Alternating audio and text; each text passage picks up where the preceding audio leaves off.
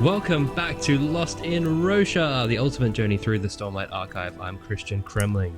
And I'm Jimmy. I guess I'm Storm Blessed, or my War Blessed, or what am I right now? I don't know. We have finished.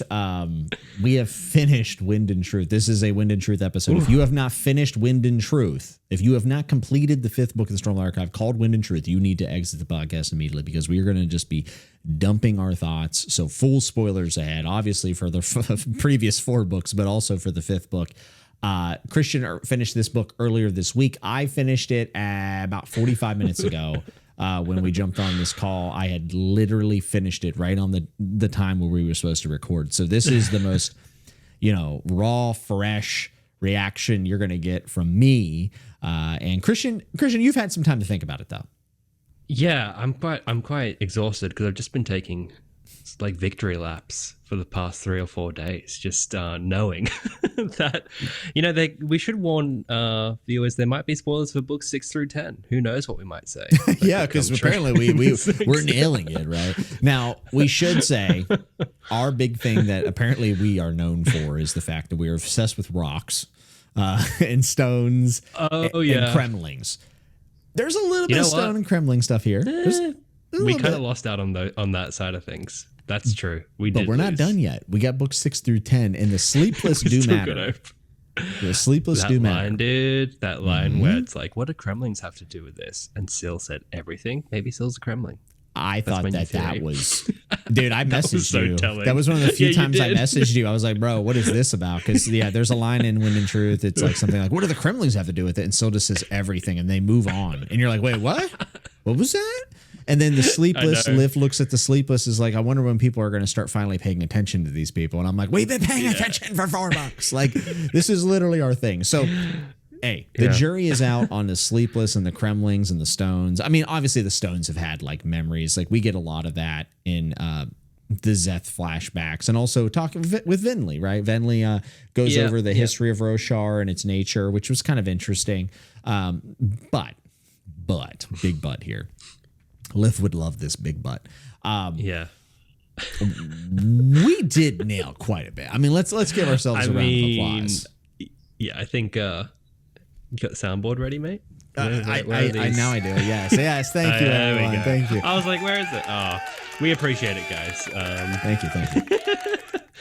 Yeah, I got a comment on a video. I made a series of 5 videos trying to figure out the ending of Stormlight back in 2021. And on the YouTube channel, by the way. Some people are like, this is just a podcast, but there is a YouTube channel as well. Oh, yes. Yeah, I figured there's probably a lot of new listeners for this episode. But yes, my YouTube channel is Lost in Discovery. And I made a series of videos using death rattles and other bits of foreshadowing to figure out the ending. And I got a comment on it as I was reading Wind and Truth, and someone was like, this guy was reading the diagram as he made this video. And like, for some people that may have ruined their reading experience, but I was just like, oh my God, is it happening? Is the baby champion happening? And it did. It pretty much did. It pretty much happened. Yeah, no, dude. It happened. It just didn't end. You had the right endpoint. You had that. Yeah. You didn't know what Dalinar's decision would be. Yeah, and I had the Night of Sorrows called as well, and I said there'd be no Stormlight. And it just, very satisfying. Very satisfying. So victory laps all around. When I saw that, chapter title, bro. Oh, man. Dude, the whole part 10, when all the chapter titles were part of death rattles from the Way of Kings, I was basically beside myself. I was just frothing at the mouth. What about the end note of this book that breaks the Katet, and then he's like, obviously no one would make an egregious zero that was a deity. And I thought, you know what? That's one of the best things Sanderson's ever done. I thought that end note was beautiful. I just because the story of him not following the title structures and then ruining. I just thought that was awesome, man. I really loved that end note, actually. Big fan. So I guess we should just sort of give a general sense of how we feel about the book. Not that we're really reviewers. We're more just hype men. And we're not going to do a super analytical breakdown. I mean, I have things I didn't necessarily love about the book, and then I have some things that I thought were excellent. And throughout the entire thing, if I had to say one thing, it's I was so entertained the entire time. I was so excited. Man. Reading this book. Very few times did I not feel like picking this book up. And when I would pick it up, I was trying to read it in a week and a few days, right? Because we wanted to get this out. And it's a lot to ask. 1,300 and something pages, could have easily went almost to 1400 probably, but I would sit down with this book and I would not want to put it down for 2 to 3 hours at a time because I was just so excited about what was happening next. I think the day structure, I saw some people being like, it's so anticlimactic because nothing big is going to happen on days like 5 or 6. And I'm like, I never felt that way. I actually thought that the book did a nice job of building towards the day 10. Yeah. I thought that like, go ahead. I was going to say, like, he still did that thing where each day ends with some sort of payoff or some sort of big question or big moment. So I knew something was coming. And basically every chapter followed multiple point of view characters. Like, I don't think after day 2 or 3, there was any chapter that was just one sole perspective. He often switched it. I really like that too. A lot of POV switching. It reminds me of Malazan actually in some ways, which these series, I mean, they have some similarities both in the fantasy genre, epic fantasy, but like very different series for the most part. But I actually almost started to get like a Malazan feel where it's like, well, whose head we jumping into next? Like, who are we going to see here? And I thought he actually did a wonderful job of switching the POVs and keeping it interesting. And for the most part, I would say like 90% of the stuff I was really into. The biggest shocker for me in this book is actually that I found Adolin to be the heaviest. Like, he carried the burden of this book. I agree, man. He was the MVP of this entire book. And like you and I were basically like, what's going to happen with this guy? Like, what do we even do? I didn't love him in Rhythm of War. Yeah, I didn't love him, but I loved him in this book. Wow, I thought he was the best. He was so good. I think because we got to Asmir and I'm just like, okay, so it's just like a tower defense game with Adolin and like the shot, the dead eyes are going to come back at the end. Like, that's basically what I thought was going to happen. And that's kind of what did happen, but there's so much character work to dive into with Adolin, and it was done in a natural and enticing way. And also like, Yanagon as his kind of Yanagon was cool, side character. He was awesome.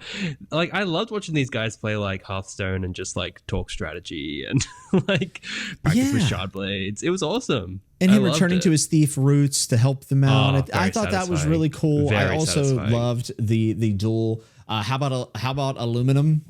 Oh man, the candelabra. That was crazy. That might have been the moment that got me to want to stand up. That actually might have been a stand-up. That really got me, and that's something I couldn't. That like clicked as soon as he said it, because they said that he's got all this aluminium cutlery, and I was just like, oh, that's kind of funny. Like, they're so but then it actually played into it. Yeah, he said, oh, you guys don't even understand like what you're doing with this and like how important it, or something along those lines, like a foolish humans, and then it coming into play. Honestly, dude, that might have been one of the most hype moments in the entire book for me. I actually loved that. I thought it was really good. I thought Adolin was a really great arc in this book specifically. I know. Yeah, we did a preview chapters for those who've been listening, but I was kind of like, I feel like a lot of this I hate my dad stuff was it felt a little forced to me for some reason. Not that it should be, because, Dalinar killed his mom. He's got plenty of reason. Yeah. But I never felt the angst against his father as much. And maybe I'd feel different if I reread Rhythm of War. Maybe it was there all along and I just am so removed from it that I had forgotten. So I was a little concerned going into this book. And I think Adolin might have been a little bit of a red herring of like, is he going to be Odium's champion? Maybe he will. Maybe he won't. Like, we were throwing around different ideas.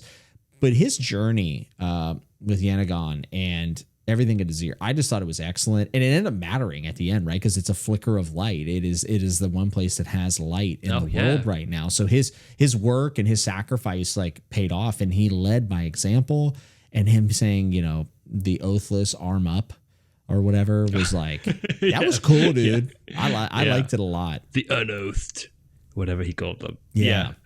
It was an interesting way, because like him and Dana literally don't even interact at all, besides like a quick like little esoteric moment right at the end. But like him relating to Dalinar through basically like following in his footsteps in a strange way was a very strong move. And I loved being in Adolin's head as he's relating to Dalinar and thinking of what his mum would have wanted and all these things, and just being an all-round freaking likable guy.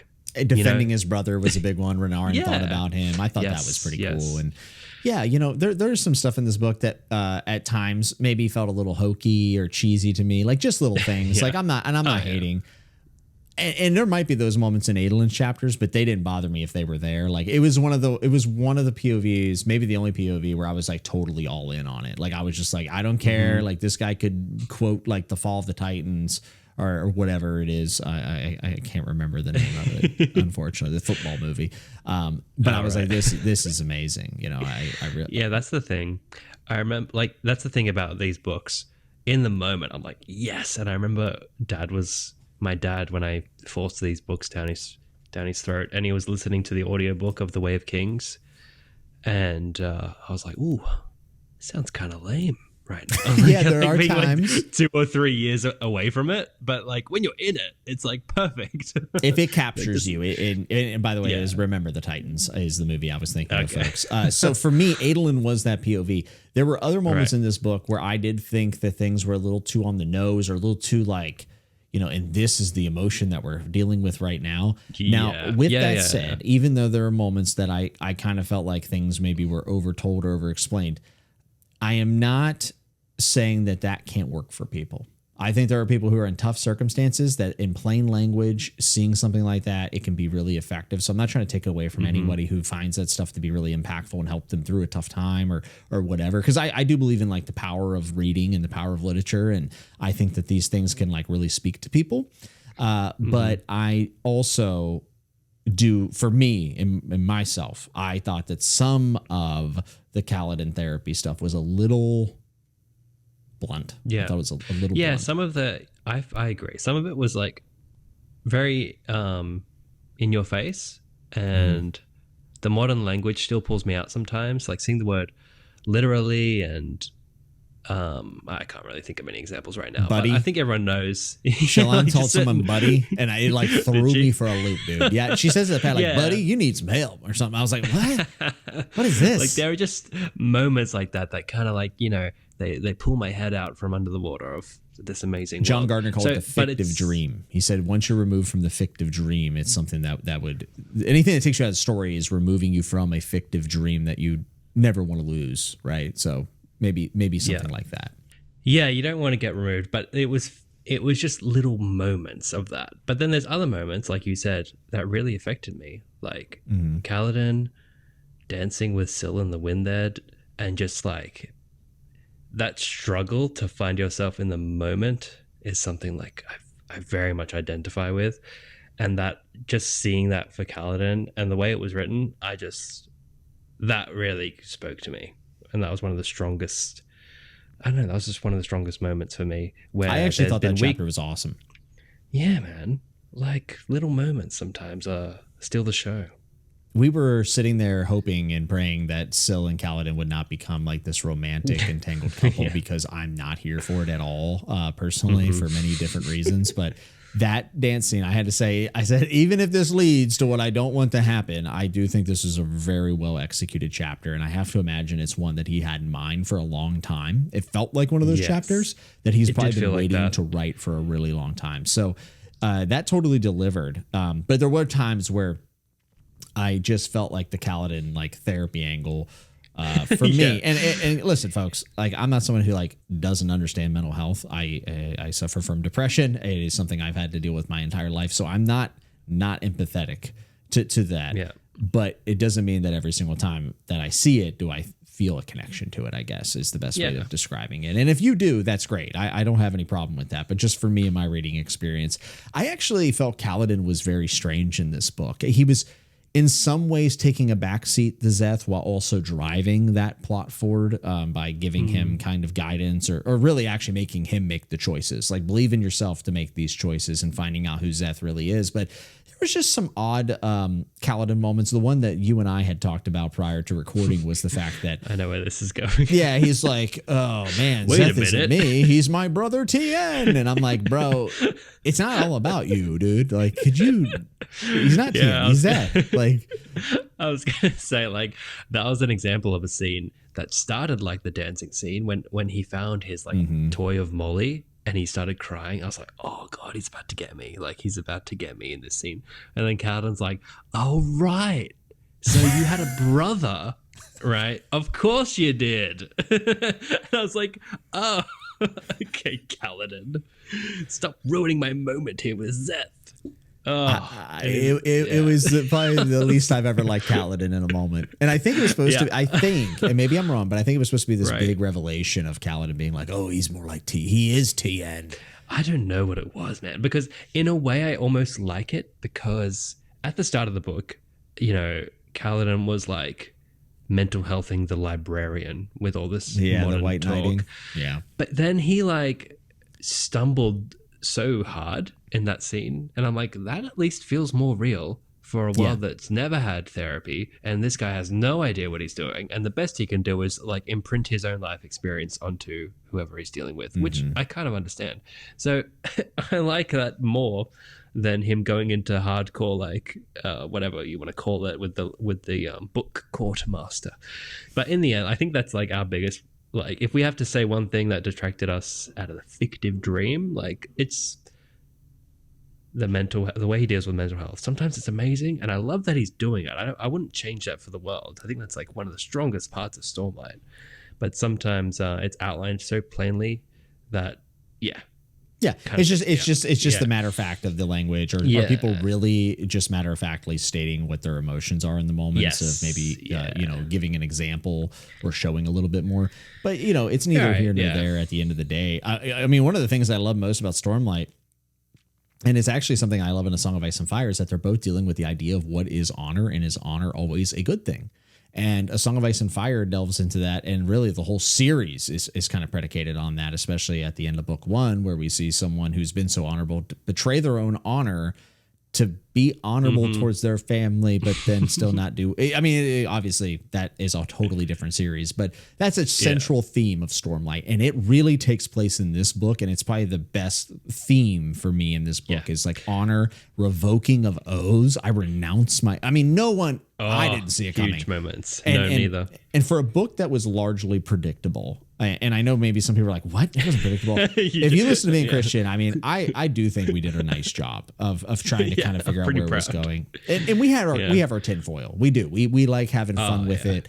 But when we came down to like brass tacks, like we baby champion, Shallan's mom is a herald, we'll talk about taking that. up honor, maybe Kaladin as well, or Kaladin becoming a herald. Like, these things happened, which, and then he still made it entertaining to get to those pieces. But I do think I was a bit shocked by the renouncing of the oaths. That's not something I had ever considered. And even though you were right about the Night of Sorrows, and you were right about Baby Champion and Dalinar not being able to kill a child, especially the fact that it's his own grandson, I do think the fact that we never considered the third option of not just having to kill or not kill, that would have been very 2D.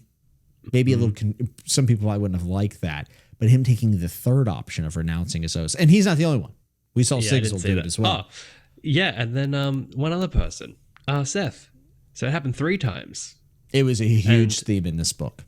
Yeah, and people I've seen, because, I've obviously been perusing all the forums, and some people have a problem with that. Like, the first breaking of oaths is good, but you kept doing it. I'm like, I think it's great.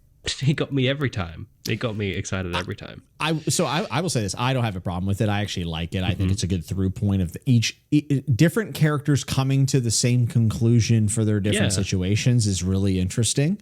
And something that is quite literally changed the world was them taking oaths, right? Like their lives, but also the world has changed because of the oaths. So for them to renounce them, I think even if it's done multiple times, is really compelling. However, is there a possibility that if we had saved that just for Dalinar at the very end, that it would have been even crazier? Yes, I do believe that. I think less is more. I think less is more. True. And you have to pick the moment to do that thing. But I think it really works still with multiples. I think it does more for the theme than it does maybe for the, whoa. Right. And here's the thing, guys. I read the scene. I still did not expect Dalinar to renounce his oaths, for some reason. And maybe it's because we have come to know Dalinar Kholin for his oaths and his honor, and for him to make this journey away from the Blackthorn that he once was. Like, maybe that was the point, that like we still wouldn't be able to see the fact that maybe he would also renounce his oaths. And he did. So for me, it still works, even though it was done multiple times. I think it's the most surprising thing about the book. A lot of stuff happened that I thought would happen. Maybe we got there in a different way. I wasn't shocked by a lot in this book. I would say that. I wasn't shocked by a ton of stuff here in Stormlight 5, but I was certainly shocked at the renouncing of the oaths. Yeah. And I loved what they did with, like, even though it happened 3 times, I loved that whole end sequence with Dalinar and seeing like a personification of honor as this child that's become like self-aware. There's so many, man, it's so hard to know what to talk about because there's so many twists and turns. There's the whole a lot. The thing that I was shocked with, like the whole honor is not splintered thing. It's like this weird other situation that's been going on. Mm-hmm. And seeing it as like this child who's like, oh, but like this child who's basically like Ned Stark. It's like, isn't honor just like black and white? And like, there's that. And then there's the Sigil one, which was a desperate ploy to like save his spren. And the whole Sigil thing was maybe one of the parts I was just like less into. Like the way his internal monologue was in The Sunlit Man made me feel like it was going to go a whole lot worse than it did. Like, it was bad, but it wasn't like, I thought Sigil was going to like ruin. I agree with that. And what do you make of the Moash stuff? Because I have 2 feelings of it. I mean, I'm like, okay, so he's like a Steel Inquisitor. I mean, that was like sick. That scene was so dark and awesome. I thought it was maybe it's top 3 moments of the book for me, actually. Yeah, it was. I got so excited because I actually compared him to, I compared him to Marsh from Mistborn, and that's when I was like, oh my God, he's doing the thing. So that was amazing. And then he kills Leighton or whatever he's like on a bridge 4 of kind of like Arya Stark hit list. And then kind of just... And then he just kind of leaves. I kind of want a confrontation between him and Kaladin more than I'm thinking that might be the second half. I'm thinking that Moash is being saved for something bigger in the second half. So I will reserve judgment, but I will say in this book, I thought that Moash would have had a bit. He didn't have to be Odium's champion or anything, but I mean, no. I wouldn't have minded that, but I really wanted a little bit more. I wanted a bit more from that. Yeah, I agree with you. I'm trying to. I'm gonna pivot to some of the hype stuff that I love, and to people listening, this is no surprise to you. But like the moment when Shallan's in the spiritual realm and there's heralds around, like my ears are perked up already. I'm like laser focused on these chapters, and like every chapter, he's like, this herald, and Shana with red hair. I'm like, is that Shallan? Okay. yeah. And then she walks into the tent, and Shallan's like, Radiant takeover. I can't deal with this. I'm like, it's happening. I freaked out. I lost my mind. I had a moment where I was like, haven't we done this enough? Like we're here now. Yeah. Like, let's just get it done. But the reveal was so nice, and. And I thought of you immediately because you've been saying this for 5 years, longer than that. Like you've been saying this for a long time. Oh, and then when it was revealed, like Sanderson, he like was reveling in the moment, and I don't care, like go for it. Because then he even doubled down and was like, and that was why the world ended and Shallan was to blame. I was like, maybe it could have been effective if you just didn't put that there, because then that line is like almost like an Easter egg in Words of Radiance. But to tie it back in, it's also really strong too. And I was a lot of tiebacks in this book. And by the way, this is random, but I just want to get this out there. I know there were moments where things were said that I was like, I know this phrase. Like I'm talking about little things like chapter titles, but also phrases that were used that I was like, I remember this in other books. And some of them are really obvious, like Honor's Day, I'll say what I can do, Shallan, then World and Shallan's Fault, blah, blah, blah, blah. But there was also like little things and so many things that you and I have caught on a reread of Way of Kings. To be honest, it almost feels like we should have waited to reread Way of Kings until after this book came out, which I think we said would probably happen. But it does make you want to go back and just reread so much. Because I know death rattles were mentioned for sure, like holding a child. Oh, dude, like the last 10, 20 chapters are all death rattles. Well, a lot of the Tanavast stuff. I couldn't like contain myself. The amount of videos I need to make is just, it's crazy. The honor is dead. When the heralds are like, honor is dead, and then Kaladin strolls into the scene. And he literally says, but I'll see what I can do. I thought that was, I don't know how I was meant to find it, but I thought that was one of the funniest things I read. Yeah, you laughed. Like you genuinely just laughed. I laughed because I was just like, there's no way he just did that. There's no way he's just done that. I'm undecided how I feel about that moment. Okay. I kind of like it almost as a humorous moment, maybe. Yeah, dude, it's funny. It's funny. Kaladin's like, well, I got a catchphrase now. So he's like, he was just like, you've set me up. He's like, he's just going to slam dunk it. I loved it. This felt like a bad joke of the week segment. Within Stormlight. That's what it felt like. But Shallan, let's get back to Shallan and her mom. I mean, becoming a herald, her at the wedding. I mean, this was so that was awesome. I'm just gonna say there's not much in this book I didn't like. I might now people might be like, you're complaining. I'm not. I'm just like working through things, and there's a lot of stuff we have to wait to see how it ends up before I can really critique it. Mm-hmm. We said this in the previous. This is no surprise. We got a lot of fan mail about this too. This is not an unpopular opinion. The Shallan stuff in this book did not do much for me, and I've been a Shallan defender. We defended Shallan all the way through Way of Kings. I love her Words of Radiance. That was mixed on her in Rhythm of War. I didn't like the Mraize stuff. I think Mraize is a big disappointment for me. Like if there's anything I would say is disappointing about the book, it's only one thing. It's Mraize. But the Shallan, with that said, the Shallan mom stuff in the book, loved it. Loved it. So when she said she was at my wedding, I put the book down and I went to Oathbringer chapter 120, whatever it is, because I was like, I know the wedding scene. All right. And then I read it and I was like, oh, so it's an off-screen scene. All right, Sanderson. And then I was like so excited to see if she was visible in that book. I would have lost it. But she's not, sadly. Anyway, but it was so cool that I kind of had that like, it worked for me every time when they're in the spiritual realm, they're talking to someone and they're like, no, but I am here with you right now. Like, this isn't a projection of me. And that her mom was actually there. I'm like, that's amazing. And also, how? Like, the spiritual realm. This is another thing with the spiritual realm, right? They're like, it's so dangerous. Ooh, anything can happen. Wit doesn't even know. And they're just like, okay, so I just pick up an object and I go to the next vision. Cool. And that was like, it was kind of fine. Do you know, were you, I agree. Like, I agree. It was pretty simple. Like, it doesn't seem that hard. Just like, it didn't seem that hard, really. If you is that difficult? Like, I mean, and then, because the promise was like, oh, you can lose time in the spiritual realm. And that pays off with Gavalor, right? It does. So like, I'll take that. That. And I loved Wit in the spiritual realm. It's like, it doesn't work. It does not. His faceless, like, I'm a projection. Like, that was great. I mean, Wit is all over this book, obviously. I mean, we hear at one point, he says, the fact that Wit was not only on Ashen when it fell, but he might have been the reason. And I was like, wait, whoa, what's this? I don't think that was explained, right?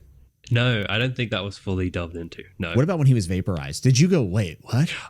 I laughed. That's one of the funniest parts for me too, because he knew it was coming. Like, he'd set up all his reserves. He's like, hey, about the time. Yeah, and he's just zapped. I love that. Like, where like, Sanderson can be hilarious. It's just not in the jokes. Do you know what I mean? It's just and I wonder how much of that was intentional to be hilarious. I'm laughing at maybe all the wrong points. I thought that was hilarious when he got vaporized. So Wit though comes to realize that Dalinar has made the right decision. Renouncing the oaths, letting him become Retribution, Odium in honor coming together as Retribution, and I wonder what that is.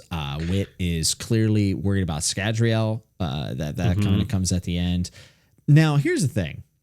I know there are people who say you don't need to read any other Cosmere books to read the Stormlight Archive. And I think that's largely true. I think it's 90% true. But like, if I was reading this book with zero context of Storm or Mistborn, and I know there are people out there like, of course people have read Mistborn, but there are people who have not. Like, I know them. Yeah. When they read the word Scadrial, they're going to be like, why do I care about this? Right? Like, they're going to be like, that's true. I do take that for granted. I think the planet names, I think I do take that for granted. But I actually felt, at least in Wind and Truth, it felt way more Stormlight centric than maybe Rhythm Stormlight of War feels did. like the magnum opus, actually. Yeah, but don't you think, like, when I read Rhythm of War, I was like, man, I'm so glad I read Mistborn, because like these science lessons I wouldn't care about if I didn't know about the metals. I could see that. Well, you and I have talked about this. We've talked about this though. Mistborn has felt like the main event in many ways. Like, we're like, man, Stormlight, we thought Stormlight was the central piece, but actually Mistborn might end up being like the central piece of this. But this book made me feel the opposite, because he's almost like, oh, we got to go do all the Scadrial stuff and then we'll be back. And I'm like, oh, maybe Roshar is it. I think Scadrial and Roshar are both the main events that we're like building up to a war between, by the end, I don't know, whoever knows, by the end of book 10 or something. And it feels like he's trying to marry them up now with the whole time dilation thing at the end of the book, where I don't like, part of me was like, did you mess up the timelines? So you had to do a time dilation so Roshar and Scadrial line up? Or is this, I mean, I still think it's very cool that there are unexpected side effects of shards clashing. I don't really have a problem with it, but my mind was like, oh, is this to marry up technological progression between the two planets? Like, I wonder what this will result in. So here's a really weird piece that, and this is so small, but it caught my eye. When Shallan is talking to Kelsier, she notices that his hair's brushed.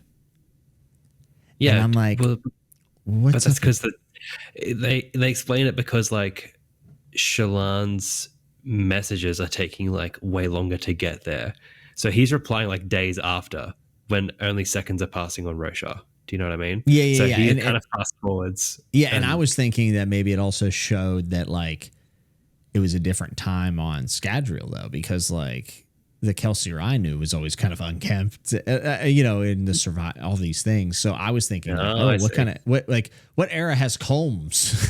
Where are these brushes coming from? Well, the way they describe him is he has a spike through his eye, so it's definitely like post, like it's era 2 adjacent. But then Ulam shows up. I don't know if you remember Ulam from Tress. It was the Khandra from Tress. I knew the name, but I didn't remember anything else. Yeah. So shout out to Ulam. That was kind of fun right at the end. You know what we were really wrong about? When we were like, Kolat, he's a Khandra. We were so certain about that. He didn't take the Windrunner oaths. And the whole time in the Adolin chapters, I'm like, when is Kolat going to say that he's a Khandra? Hey, I'm just saying, we don't know yet. There was one moment where he said something, and then Aelin was like, what? And he's like, oh yeah, I'm from a different place. I don't use that terminology. I feel like that happened, but you don't know. Like when you read a book this quickly, you're going to miss stuff, or you're going to misconstrue things. I mean, I'm just saying there's still a possibility. We got a whole nother 5 books to go. Yeah. Look, I stand by the fact anyone could be, we don't know. Anything's possible, man. Okay. So like, just so people know, Jimmy and I spoke before. This is just our like word vomit episode. This is if you're first time listening, we're sorry. Whatever. Yeah, this is very much just raw reactions, kind of getting things off our chest, working through things.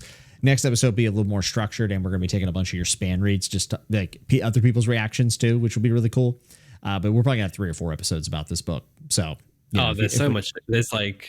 Yeah, there's so much to remember. Ridiculous amount. Yeah. I want to talk about Szeth for a little bit. So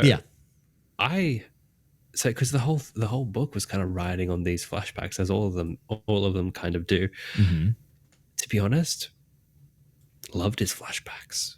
Loved them. I loved being in Shinova. I loved how it was Ishar being a voice and like totally like messing with an entire basically nation of people. I thought that was. As soon as he went into the room with all the spread to the wall, I'm like, Ishar, not again with the spread.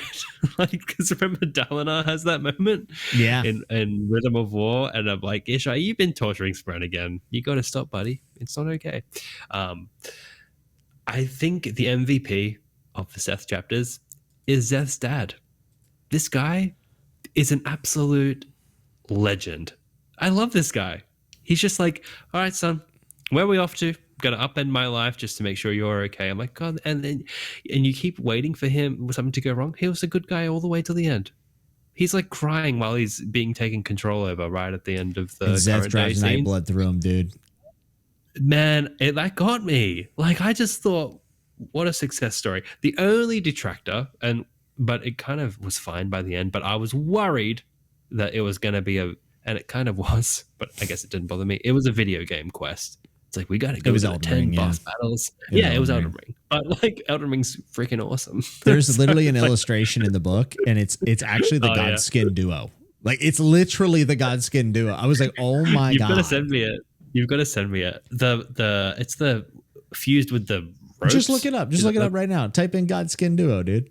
You'll look at the picture and you'll know that sketch is in the book. I mean, it's very, very close, which is funny because the Godskin duo is an absolute horrible boss fight in Elden Ring. Every time I do my speed runs, I get to the Godskin duo and I'm like, oh God, this is going to be so it miserable. Is the Godskin duo. Bro, it's the Godskin duo for sure. I think, listen, the video game quest generally is not my thing. I did like it. And I thought that Szeth killing his sister and his I almost said husband, I meant dad, was really awesome. I mean, I thought that all that was really cool. I mean, almost can't talk about the Szeth chapters without talking about Nightblood, dude. How do you feel about Nightblood being in development? Yeah, right. Oh, right. I am not a thing. Dude, Nightblood got some of the best character development. Not gonna lie. So seriously, like, think about this book. Nightblood got some of the best character development, and he's like, "Yeah, man, I'm chatting to these honor blades. Like, I can give you guys surges now. This is so like." Nightblood was fantastic, and I was actually fine with Nightblood being a one-note sword because that's kind of what he's been. But he's always a good time. But now he's growing, and he's like, and he had this mental, like in Shadesmar, like the image of himself is this like glowing, radiant sword. And I thought that was very interesting. Him becoming friends with Syl and everybody, and just like delving into how he perceives time and everything. I just find him super fascinating. But he does go off the rails a little bit at the end, just consuming everyone, it's just insane. Because just when you think you've kind of got him on your side and under control, like, he basically eats a good chunk of Szeth and Kaladin and only just stops just in time. So Nightblood got therapy too, which is kind of... He did. He had a big change. And I'm curious what happens with Nightblood now. Right. Well, Zahel is with Lift, which I think is a great duo. Interesting duo, to say the least. I mean, what about Zahel? You said that maybe he was being tortured, and he was captive. I mean, you were not off completely. Yeah. You know what? At first, I was a little confused about who it was, and then it did click. But which is silly because we did get a chapter of him in a prison. I should have immediately connected those dots. But I'm going to say, one of the few quips that did work for me was when he said, like, you need a teacher. And she said, you need some pants. And that kind of got me. I was like, yeah, fair enough. No one wants to see that, man. No one wants to see, like, a prisoner dude hanging from the ceiling. I understand, Lift. It's okay. But that'll be a very interesting duo in the years to come, which means I think he'll be very... The thing I always was a proponent of is that Lift will be important because of Lifelight. They won't be Stormlight, but Lift can just eat food or whatever and be fine. But then Cultivation left as well. So yeah, Cultivation disappearing is going to be big for the Cosmere, I think. Yeah, Roshar is just going to suck. Like, you don't want to be there now. There's unless you're with Adolin, with like the one bit of sunlight, it's terrible to be on this planet. It just sucks. And you're stuck to Shadesmar for Shallan. I mean, the whole thing has changed. I mean, I told you before we went live, and you haven't watched DBZ, but Dragon Ball Z, it kind of felt like Namek dying. Like this planet is forever changed, and things have been taken from it. Its resources, its life, and it is something else, dude. It really is. All right, hot take. Roshar hot take right now. Okay. So let's just say Roshar as we know it is gone. We're never going back. No more Stormlight. No more ecology. Sprenna there, but everything else sucks. Did we get enough time? Do you know what I mean? Did we see enough? I mean, me and you have been talking about this since the get-go, is that like this beautiful map and we just didn't see enough of it.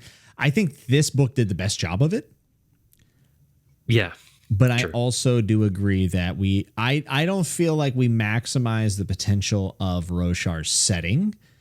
And that's fine because it's not what Sanderson was doing. But like, you know, we've talked about this before. There's so many different places that we'd like to go. And I you know, one thing I was thinking about the whole time, the Horneater Peaks. Yeah. Like what's going on up there, dude? Rock? Where's Rock? What did he do in these last 10 days? Where was he? Did they go through Cultivation's perpendicular? I mean, I don't know. Maybe. Who knows? But I did think about him the whole time. I was like, interesting. What about the interlude with the sea spren being like, it's time, and it's like their rapture. Like the people who live in the town, like they say it's a rapture. Oh, that was awesome. That was really cool. That was a chapter that he'd read before, but I don't think you read it. But yeah, I had not read it. No, I had not. And they all left. They're just like, we're out. I love the fact that town had this belief, and like, yes, this is the time to be taken away, whatever, the long journey or something. I'm telling you, I'll be shocked if there's not a novella or a whole book written about those people going somewhere else. Yeah. I don't know what I can say, but let's just say, yeah, you might see him around. Is it a book that I haven't read yet that you've been waiting for me to read? Okay. Yeah. Well, they just like we know about him, but you know it's the spread from the Way of Kings, right? It's that. No, that's what I was saying. Like, we made a big deal about when we read Way of Kings. Like, oh, this is it, man. This is the moment.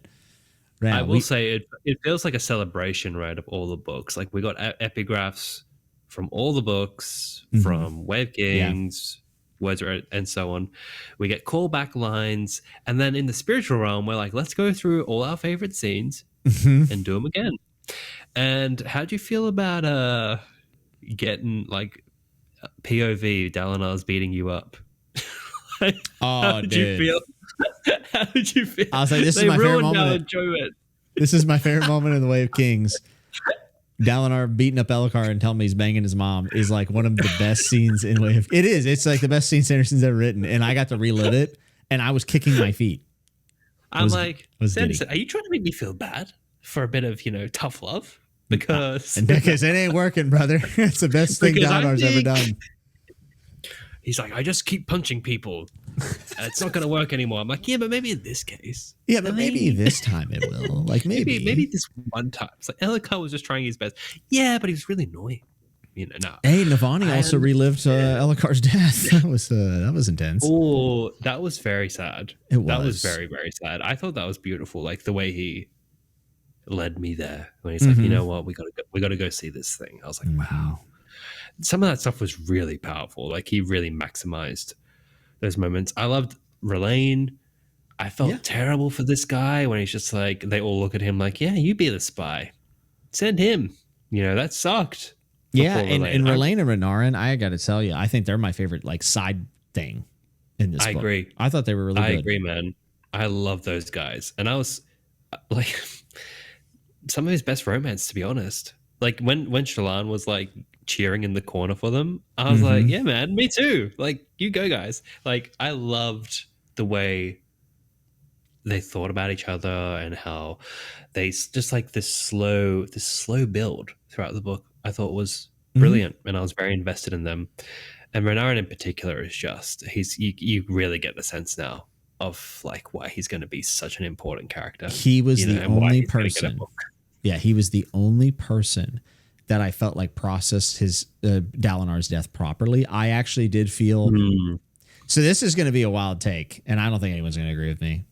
Did you feel like the ending was a little bit rushed, which is a crazy thing to say in a 1,300 page book? But did you feel it was kind of like boom, boom, boom, done? A little bit. I feel like I need to jump in front of you with my shard shield to block you from the fandom. Don't worry, bro. I got you.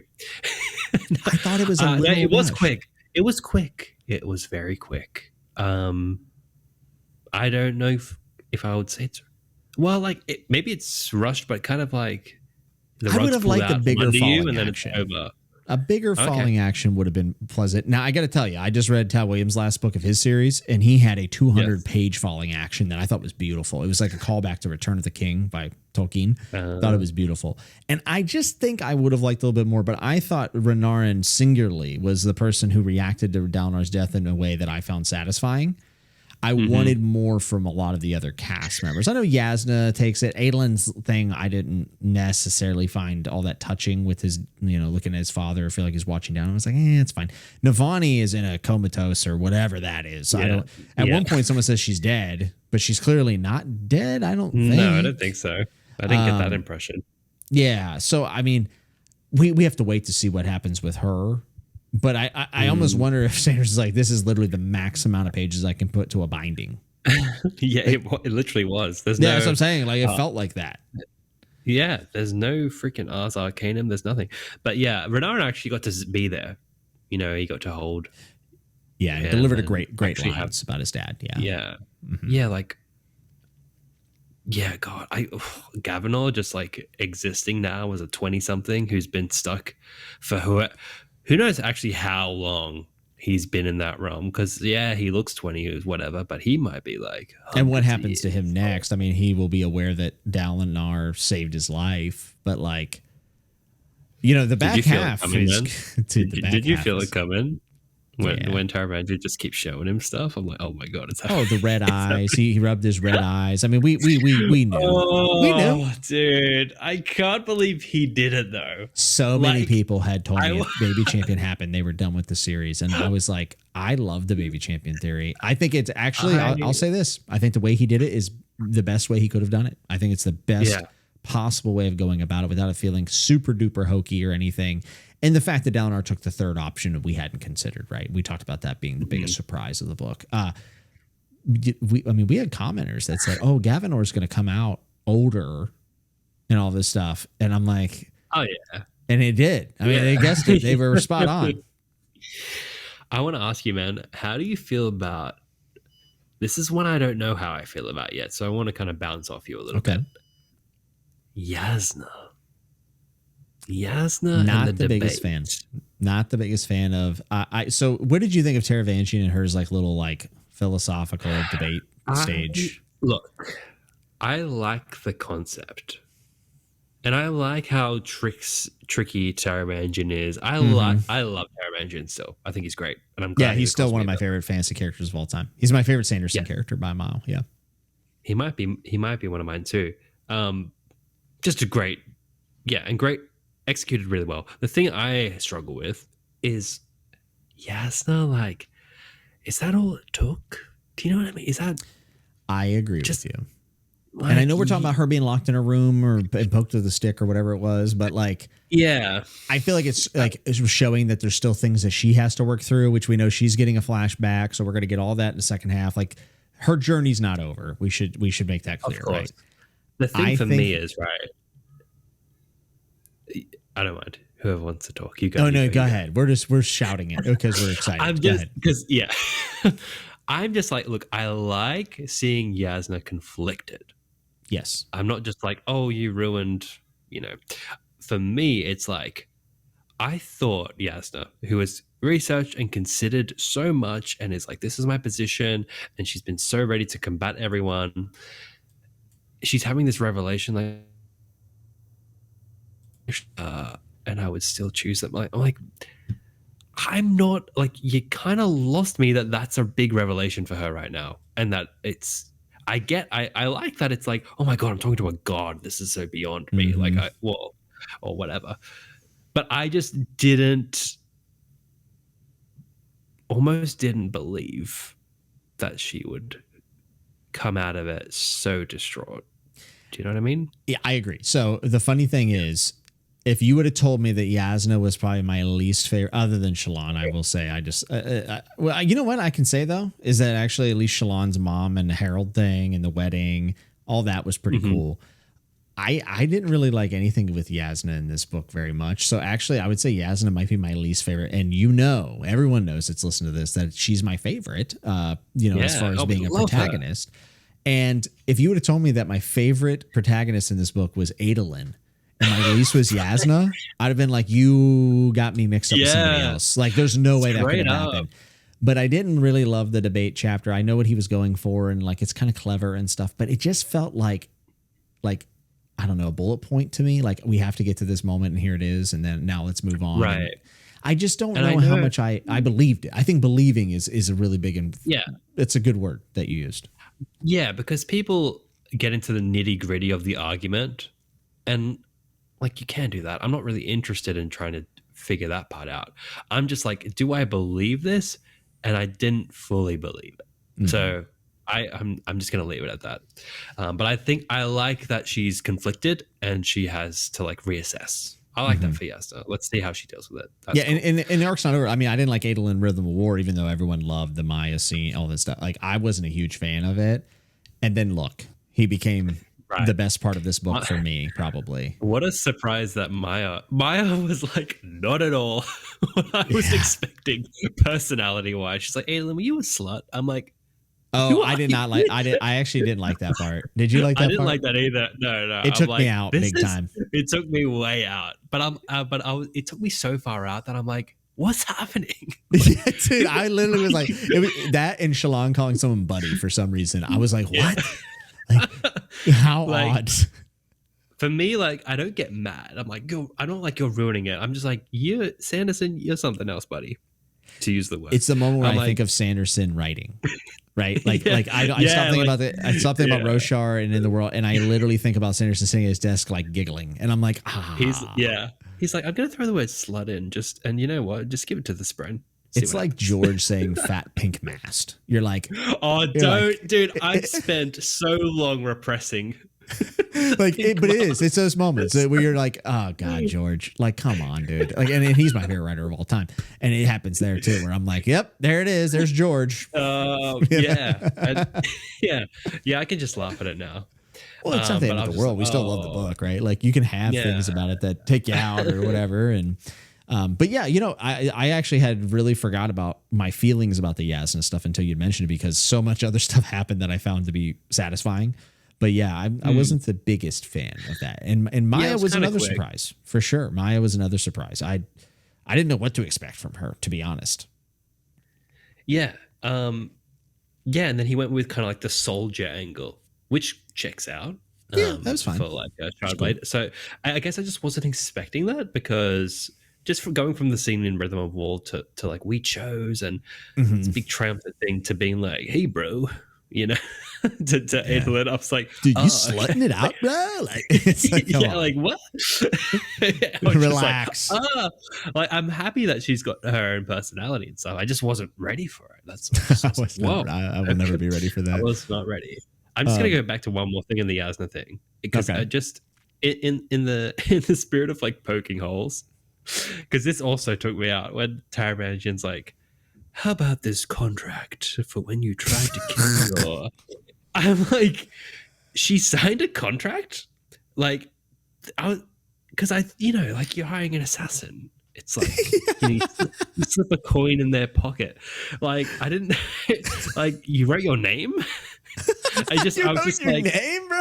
Yeah, like, you put your name on that document? What a dummy. I was just like, this feels... It's not adding up for me. Maybe a little contrived, possibly. A little contrived. Honestly, it's fine. I'm just having a laugh. Hey, I don't want people to there's think, a lot here to dissect. It's just so much easier. It's just so much easier when you're shooting the breeze with a friend to be like, dude, what was with that moment? Yeah. I don't want it to come across too negative, but when he was like, "Hey, look at this contract. You did a bad thing," I'm like, "Why'd you sign that?" It's like, it's so stupid. You left it on your desk and I saw it. And like just show, like, come on, you're like Taravangian. Show a memory. Show like a do something godlike vision. instead of pulling out. Not just like. Oh man, I had something in my head and I think I have forgotten it, but it was somewhat important, I think, and I forgot. But it was something about Taravangian, I think. Oh, dude, okay, best Taravangian moment, which was almost undone. Actually, it was undone.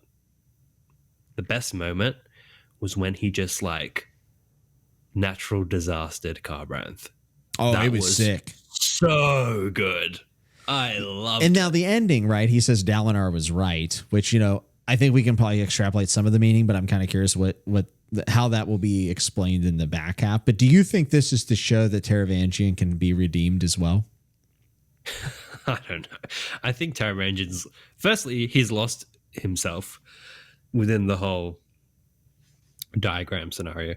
And now he's losing himself more holding two shards. Like, it's very hard for me to distinguish where Taravangian begins and ends. But him saving Carbranth in this weird realm, like, isn't that his way of kind of trying to do right? Like, isn't that still... Yeah.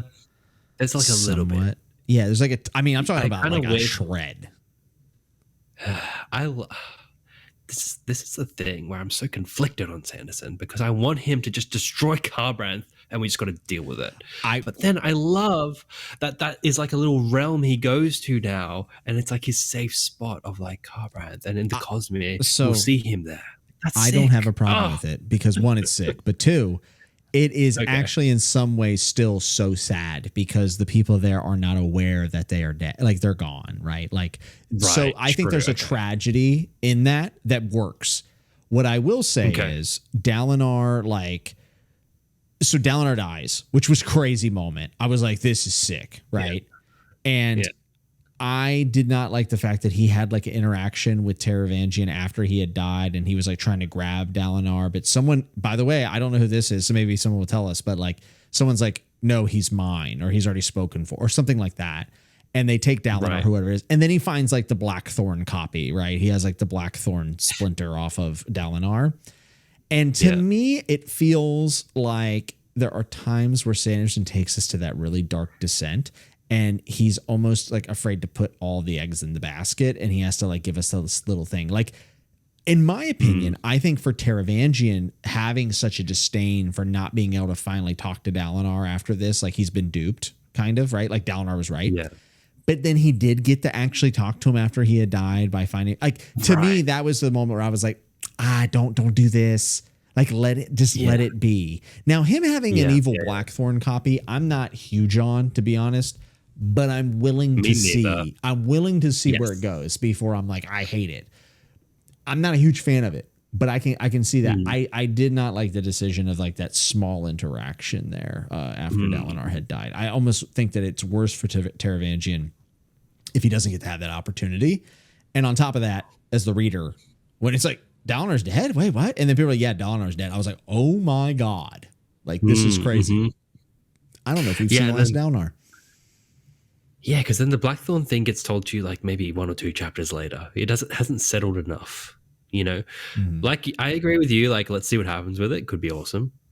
Yeah. I thought about maybe just like reveal it in like 6 years in a different series. Like, the Blackthorn shows up. Like, that could have been really effective. I also know myself and would have been like, oh, you brought him back. I thought he was really dead. Like, and I'd probably complain about that too. So you can't win. You just can't win. You got to be self-aware.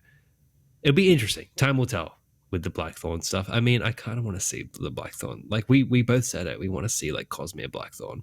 So, well, we thought it would maybe him using the Blackthorn for, I guess, good, if murdering is ever good. I don't know. I think that's one of the big questions of the series, right? Is ever taking a life worth it? Or, I think we kind of settled somewhere. Consider it. Well, I think it's definitely somewhere along the lines of like, it's necessary at times, unfortunately, because of the way that it is. And someone has to do it. And I think like Kaladin being like, it can't be Szeth because Szeth chose peace. Like Szeth, like that's actually not who Szeth is. He is Tien. To put it in Kaladin's words, I thought that was like a really nice resolution. Man. I'm a little bit perplexed of exactly what the last return will be with Kaladin and the new Heralds of the Wind. I guess is that? I guess so. Yeah. Oh man. If someone breaks down, I will say this: I have to go back into the book and I have to take some time and I have to figure out exactly what's going on with the Wind and the truth pieces. Like I have to kind of like piece those back together. Maybe something we should do is take the epigraphs of Wind and Truth and like break them out into, hey, these are what these epigraphs were. These what these were. We should do that maybe the next episode or two. Yeah, for sure. Mm-hmm. Oh, there's so many like things I want to like split off and just like. Yeah, we're gonna have to have a couple episodes about this because there's just so much. Mate, there's gonna be a lot. I will say, the journey with Kaladin was like, peaks and valleys, but I like as a whole, where Kaladin ends up from the Way of Kings till now. Yeah, I pretty much am in love with it. I really love it. That's I awesome. love it so much. I just think him being with the Heralds, healing them, we're going to be back. He'll have his big savior moments and stuff. Like, I just think it's very fitting for him. Yeah. Do you agree? Like, it just feels right. It just feels good.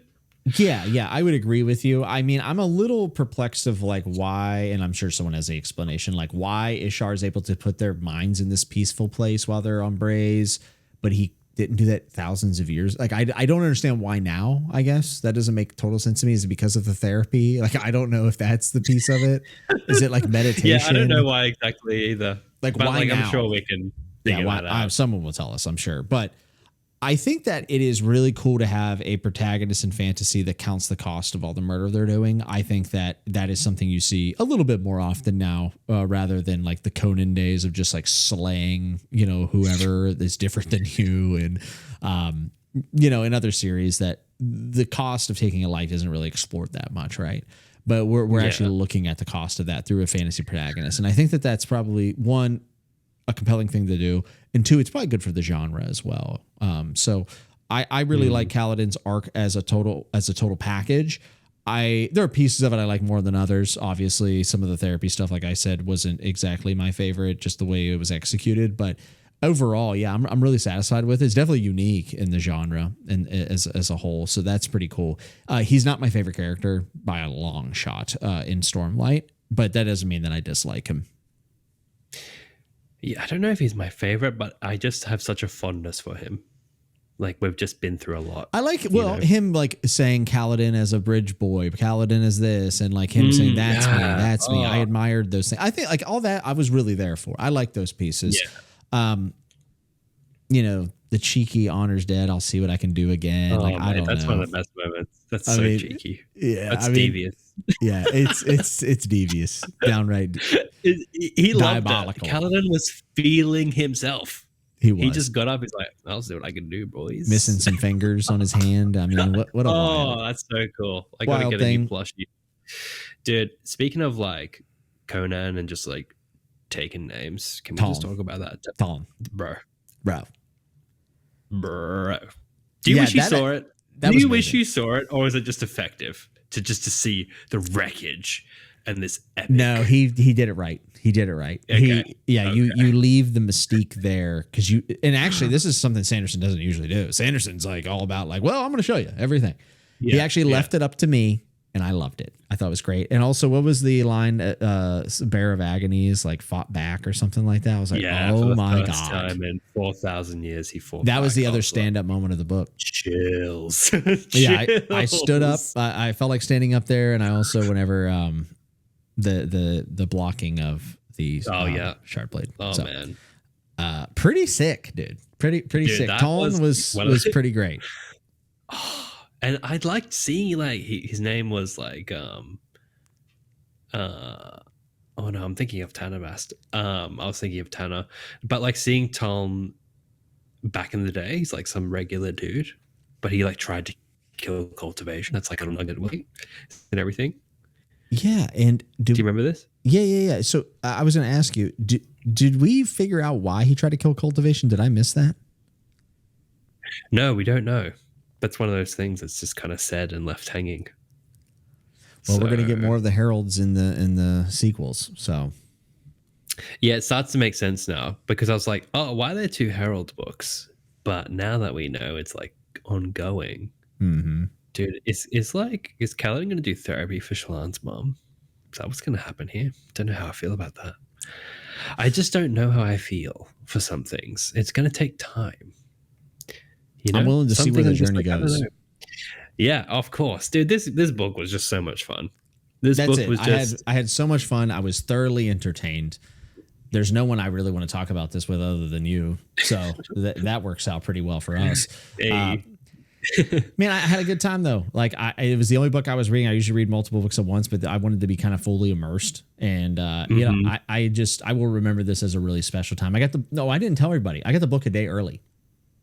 So, oh yeah, that's right. Yeah. So it came out Friday. So Wednesday I went out to all the local bookstores and I went to the big chains, Target, Walmart, Barnes and Noble, BAM. I was trying to see if anyone messed up. They didn't mess up. So then I started going to indie bookstores and I was like offering like a lot of money. Like I was offering them. Yeah. I was offering them like $300. Like I was like, I'll give you $300. And they were like, that is illegal. We literally can't do it. And I'm like, come on, like, please. So they were like, no. And I was like, fine, whatever. And then Thursday, I said, I'm going to go check the big retailers just one more time. I get to Target. Target's like, we got it in stock. And I pulled up and they got 2 copies. And I'm like, and it's in the back. And I'm like, man, when I asked for this, are they going to realize it's supposed to be out tomorrow? Right. So I just say, hey, it says this is in stock in your store. I would really like to get it. I think it's out today. And he's like, yeah, it's out today. Yeah, that's fine. Like, I had no idea. He was actually talking about a Kristen Hanna book. Like he worked in the book section and he was talking about Kristen Hanna. I don't even know who Brandon Sanderson was. This other dude trots up with a kid. He's like, oh, excuse me. I'm like, and I looked at him, one look at him. I go, that dude's asked for Sanderson too. And he did. He was like, do you have a Wind and Truth by Brandon Sanderson? And for about a half a second, I thought about just pulling out the shard blade and putting it through his chest, just in case there was only one, you know, like if it's me or him, he's dying. Like maybe he listens to the show. I thought you were going to plug the podcast, but you just went straight to murder. I thought about it, dude. I did. I thought about it. I thought about being like, hey, do you listen to any podcasts about that thing? You know, because if you're coming in a day early, like you're in, like you're clearly obsessed, right? Did he know who he was next to? Well, he did. You know, I'd like to think I'm kind of, you know, I'm like the Heralds. I'm kind of hiding undercover, you know, kind of low key, drinking a little bit, drinking in public. No, I'm just kidding. So we ended up both getting the book, and this dude, and like he kind of looked at me, kind of like he knew what I was up to, and I was like, yeah. Oh yeah. I love this story so much, and dude. Email us. Surely you're there. Come on. I doubt it, but if you are, you were at the Target a day early, and a dude in glasses was next to you, you were talking to the one and only Jim Stormbloods. I did not pitch the podcast because I was like, if they come out with one book, I'm fist fighting this guy. Like I don't want to, you know, have a lawsuit against the podcast, but. I ended up getting it a day early. I ended up reading, I think, you know, we were 300 pages in with the preview chapters, which still meant we had 1,000 pages to go, which I was like, God, this is so stupid. And I ended up reading like 150 pages, I think, that night. And then I'll just remember this. This is awesome. You know, there's not many times, you know, hyped releases. I read a lot of stuff that's like not that popular. This is probably the most popular thing I read other than A Song of Ice and Fire, I would say, maybe. And it's just really cool to be a part of a release at the time that it was done, because in 20 years, it'll be like Wheel of Time or Song of Ice or Tolkien. Like it'll be all there for everyone to enjoy all at once. But, you know, we will remember when it actually came out, which is really cool. So I'm just really thankful for the experience. I had a blast. Obviously, there's some nitpicks and some other stuff that I'm not sure about. But overall, like I really loved reading this book. Yeah, it was something special to see everyone at Dragonsteel as well. I mean, I wasn't there, but like just seeing it all happening. Jake said some Lost in Roshar fans found him, so shout out to you guys. Yeah, Jake didn't even tell me that. I had to see it somewhere else. He wouldn't even, you know, he didn't even tag me in a message or anything. That's messed up, man. Oh, the beef continues. The animosity. Maybe we need to have a contest of champions just for the podcast. Maybe we should. You know what I mean? We should. I just won't show up. I just want to show up. We need a contract for that one. So you can pull it out. Yeah. Well, look, overall, I loved it, man. You saw, like, if you see my community post, I'm like, Sanderson, thank you for delivering, because in the end, you delivered me satisfying conclusion, midpoint conclusion. You left enough for me to be excited for. I can keep making my theory videos. I've done my victory laps. And look, we'll dive into so much of what we missed out on today. I don't know if it will come through in the recording, but this cut out maybe 6 or 7 times while we were recording. Yeah. So, it'll be better next time.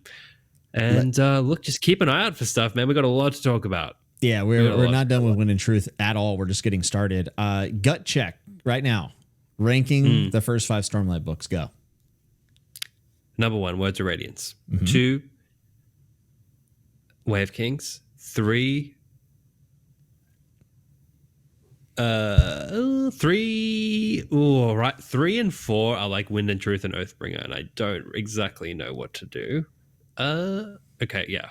I don't know. It could go either way. And then lastly, it's Rhythm of War, I would say. Okay. Yeah. What about you? Number 5. Oh, we're going backwards. You got to build the momentum, bro. Okay, sorry. Number 5 is Rhythm of War. Number 4, Way of Kings. Whoa. Because we reread the it. Strap. We reread it, and I got to say, it's a little slow. She's a little slow, but I love the book still, but she's a little slow. It's the Strap. Just say it. It's the Strap. Just say it. It is the Strap. Shout out to the Strap callback, by the way, in Wind and Truth. Anyway. I about threw the book away when I saw that. Number 3, Wind and Truth. Number 2, Oathbringer. Number 1, Edge Dancer. No, I'm just kidding. Words of Radiance. Now, what I will say is the really tight competition for me is Words of Radiance and Oathbringer. Wow, okay. And who knows if and we're rereading Words of Radiance. If I reread these 2 books, maybe Wind and Truth goes to the top. I don't know. Because Way of Kings, it used to be Way of Kings and Words of Radiance. But on the reread, Way of Kings actually dropped. Not that I didn't like it, but I didn't like it as, I wouldn't even say I didn't like it as much. It's just, I now remember that a lot of the stuff that really stays in my mind happened in books 2 and 3. So for me, that elevates those. Right. So for me, it's like Words of Radiance, Oathbringer, really tight. Wind and Truth, pretty tight. Way of Kings, pretty solidified in the 4th. And then way down in 5th, Rhythm of War for me. Yeah, Rhythm of War, I think, will be just like the ugly duckling. I think it'll be better on reread. I think it'll be better on reread. I will say this, when I think back to Rhythm of War now, I can't believe where we are comparatively. Right. With the anti-Stormlight, all that stuff. I almost feel like there has to be, I thought there'd be more based around that almost. With the amount of time spent on it, you'd think so. Yeah, now that I'm thinking about it. And then in the end, all the light's bloody gone anyway. That's what I'm saying. So now all the light's gone. So maybe it'll feel worse. Was that all set up just for this? And now it's all null and void? Well, Stormlight's got to come back, right? In the back half. It's got to come back. Hey, you know what no one's talking about? Dude, everyone's like, oh, they're going to change the name now. Guys, it's called the Stormlight Archive because there's an archive of Stormlight. We just got to go find it. That's actually really a cool idea.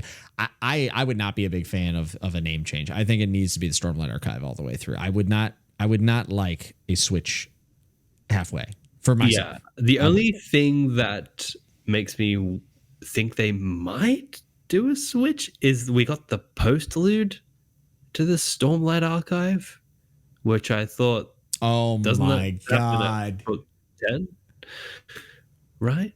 You're right. Yes, I don't know. I actually don't know what he's going to do. The madman. All right, whatever. I'll see what he does. Dude, in 10 years, are we going to really care? In 10 years? God, dude, think about that for a second. Because he said, dude, the ending was such BS. He's like, thanks for reading. This concludes the first major arc. I'll be writing it soon. I'm like, bro, it ain't soon. It's eight years. Bro. Yeah, soon ain't. Yeah, so I don't care what it's called. Just give me another book. Yeah, come on, dude. I don't want it. Okay, guys. All right, let's vote. Do you want Mistborn with 80s disco, or do you want Stormlight where it's all stormy? There's no sun. We've got Kaladin the Heralds taking names and therapizing people. I'm sorry, I picked that. That's what it's not even close. It's not close at all. Guys, who's ready for Elantris too? Or do you want Tom to come back and just like kill Lift in front of Zahel. That's what I want. Yeah, that's what I came here for. That's what I signed up for. I think just okay, we'll wrap this up just to keep it tight. We're going to talk more, but shout out to Lift, who is definitely going to be an absolute banger character. This was the best Lift ever was in a book. I would say, for me, someone who was not a huge fan, I thought, I mean, you can see the growths coming. So yeah. With Zahel, Mr. Warbreaker coming in. Bit sad we didn't see Vivenna. Yeah, I thought we would. I don't know. I was kind of shocked by that. Here's the thing. Do you think we'll see more breaths now? Like, that's what I mean. There's room for that, right? There's room for breaths, and it's gonna be there's a lot of unknowns. There'll be an episode of like, what does the back half look like? We'll talk. Do you think Stormlight returns? I do. I think Stormlight will come back. Yes. Book 10, okay. Stormlight triumphant return. In some weird way. Yeah. It'll be different. Weird way. It'll be different for sure. Yeah, Rock just like comes back from wherever he's been with all these spheres. Like, hey guys, what's been happening? And everyone's like, oh my god, Stormlight. Could you imagine? Yes. Like chocolate and a famine. Dude, is there something in that Bridge Force too? I don't know, man. It did kind of feel like that. Wait. Did I miss something with this bread, by the way, with Dalinar? Oh man, the buttered bread. Is this just like a Dalinar buns kind of like conversion? No, there was something there because he's like, it tastes like moss. He's like, what's in there? This is good. And I'm like, is this like a Goku eating a bunch of food moment in DBZ where he's like, hey, Chi-Chi, and he's like eating out of the bowl real fast? Like, is that what that was? Or was there more to that than we realize? The Noadon stuff is still... I've got to like reread it. I'm like, yeah, I honestly am going to reread the last probably 10 chapters of this book. And folks, by the way, if you're hearing us and you're like, that was obvious, just email us politely. We will cover it because we're going to be pulling up all your emails about Wind and Truth specifically, going to the top of the list, and we're going to talk about them. So, definitely send us emails at lostandroshar@gmail.com because, over the next 3-4 episodes, this is all we're doing. And there's a lot to dive into. And there's so many connections to previous books that, like I said, quotes, foreshadowing, we got to go through it. It's going to be big. I was so hungry, though, during that scene. That was like a Tarantino food scene. I'm like, dude, I was eating let's Chinese. get some olive oil on this bread. Lie. I was eating Chinese food. Were you? Yeah, it was dope. I'm just like, no, don't. Olive oil, mate. Get some olive oil and vinegar, and then, you can't just do butter, but we'll get there. Maybe that's a book 7, Nodon's like, I've been working on my baking. There was a good meme about that on Creme posting. Some dude just posted a piece of bread with like a skyscraper's worth of butter. I forgot what the caption was, but it made me laugh. You can fit 2 sticks of butter in this bad boy. Oh man, Dalinar. Well, look, respects to Dalinar. What a great character. Sad to see you go. Excited to see you come and conquer some nations, bro. Just do what you do best. Do what you do best. Do what you love. That's what people say. Taravangian coming back with the Blackthorn will be very interesting in the back half. It will be very Taravangian. He's got Moash. He's got his Blackthorn. He's setting the stage. I will say, Moash, we got to get a lot from Moash. He cannot just be Stormlight Marsh randomly popping in and out and then like getting handled. Like that is like a non-negotiable for me. Non-negotiable. Okay. Yeah, he's teased us with him, whereas I thought would get more of a climax.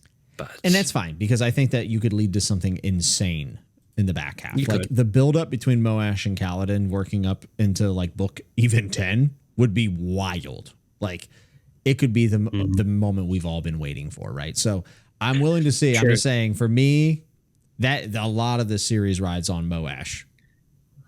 The one thing I will say is we don't still know why Kaladin's the child of Tanavast. Yes. We still don't know. And I'm like, is that simply just like a thing? Like, and also the Tanavast stuff's kind of, well, I shouldn't say it's wrapped up. It might not be wrapped up, but it felt like it got buttoned up. It felt like we got a lot, which was amazing, by the way, to see the history of Roshar. I think Szeth's wife in the Knights of Wind and Truth, and we still don't know what thing for Kaladin. Like, I think there was a throwaway line. Like, we still don't know about that. So I think it is like we're meant to be wondering. Yeah, he's demonstrably dead. He demonstrably made a change or something like that. Again, we're gonna have to go back and read. I mean, there's there's so much. Oh man, what a ride! When we're finally here, we can finally butter up this book, take a big old bite, just like Dalinar and Noah. And just my final statement for this initial reaction, guys: severe lack of cremlings and sleepless. Can we all just acknowledge this horrible sin? That is our biggest miss as far as like thinking of play. I still think there's hope in the back half, but one thing I have to take the L on: Gavilar did not come back. Oh, and is that over? Yes. Do you think so? That's done? Yes, Gavilar's done. Gavilar, there is no interest in Gavilar at this point. I think it's more about Gavilor.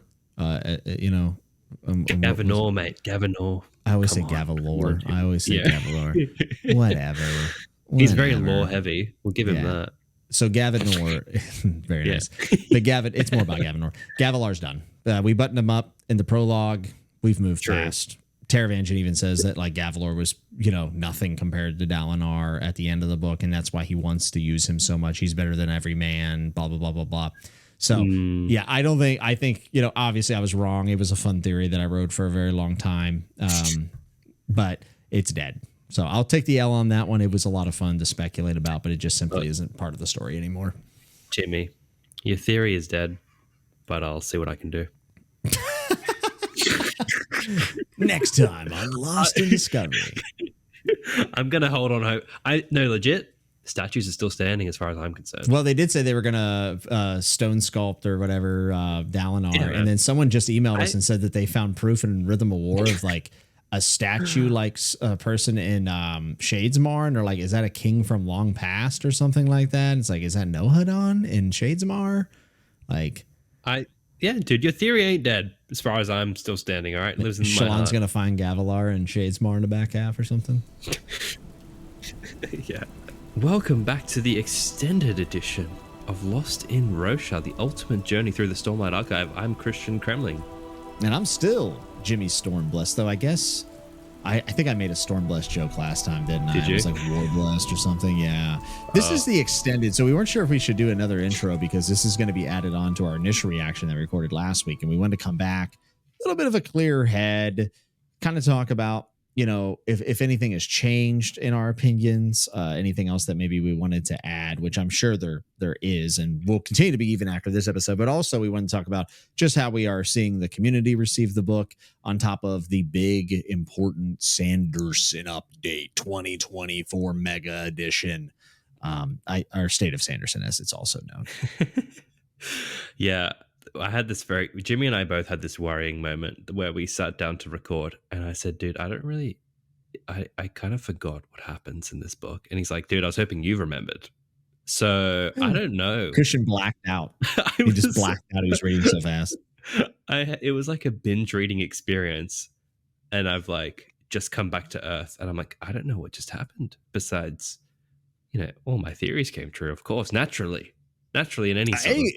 We had someone comment on the poll, so we took a poll on the channel. I guess we can talk about the poll right now, but before we dive into it, we had a commenter that said, Christian, I watched your videos about the Baby Champion Showdown, and to be honest, I felt disappointed because you called it, and I feel like there was no surprise because you told me 4 years ago when you made a video, and I know that that's really unfortunate for this reader, and that sucks. However, that is hilarious for you, Christian. You were spoiling this book 5 years ago. Yeah, I got to do like Wind and Truth spoiler tags on my old videos, guys. And by the way, I just want to, because I sound like the most arrogant bastard in this episode. No, take the victory lap. I want to make it clear, I am by no means the herald of those theories. Those theories were like not born from me, but I was let me be clear. But I was a great supporter, and perhaps may have popularized some of them. But no, I wish I came up with it from scratch. I did connect some of the dots though. The Night of You Sorrow. did. You had some original thoughts in there. You should give yourself some credit. And also, you took the time to put it into a really cool theatrical presentation, which is always nice for folks who aren't perusing every forum and every wiki article there is. You know, you're a communicator of Coppermind. By the way, speaking of theatrical performances, mate, we have our first Lost in Roshar video production up on the Lost in Discovery channel. I said to Jimmy, I'm like, look, we can't just drop an episode. It's Wind and Truth, baby. We got to make a skit. And Can you upload videos to Spotify? I think so. Yeah, we should put it up on Spotify before this episode comes out. Okay, I'll see what I can do there. Yeah, the listeners would love that. The listeners will become viewers. I don't know if they're okay with that, but yeah, I don't another realm. I don't know if, because it's like very clear to me what's happening in the skit, although I don't think it's super clear to the audience. I mean, Jimmy's voice is meant to be coming from his disembodied voice is coming from a stone in my bookshelf. Although it just kind of looks like I pick up a stone and get really excited. But yeah, that's what I also lay down a glove. Oh, well, hopefully the listeners know what that's all about. I would hope so. I hope they're all got their safe hands covered as we speak right now. Otherwise, please pause the podcast and get into the appropriate gear. We appreciate it. Yeah. Yeah, coming from you, Jimmy, I see both of those hands out. Okay, so just slow down there. Hey, I got both my hands out because I'm throwing them up because I read the Sanderson, the State of Sanderson, and tell me what's happening. We basically got the confirmation. Yeah, we got the confirmation. It is going to be at best 6 years. I think it's more going to be like 7 or 8 years. 2031. Hey, dude, another like in a different decade of where we're in now. Let me tell you something. This is when the next book's coming out. Let me tell you something. To quote one of my favorite videos. Have you seen the Let Me Tell You Something video? I gotta send it to you. It's my favorite. I love it. I'll send it to you. People know. But I'm coming down from 10 years, dude. So this was a great update for me. And I feel bad because look, it's holiday season, so I've been extremely unplugged from the internet this week. I haven't read the update. I just scrolled down to the release date section. Because last I heard it was 10 years. So I was thinking 2034. People were thinking 8 to 10. Yeah, people were thinking 8 to 10. It looks more like it's going to be 6 to 8, I would say. 7's probably a safe bet. I think 7's probably safe. So how are you feeling about all the other stuff in the interim? How you doing over there, buddy? Do you want my honest opinion? Yeah, I do. I do want your honest opinion.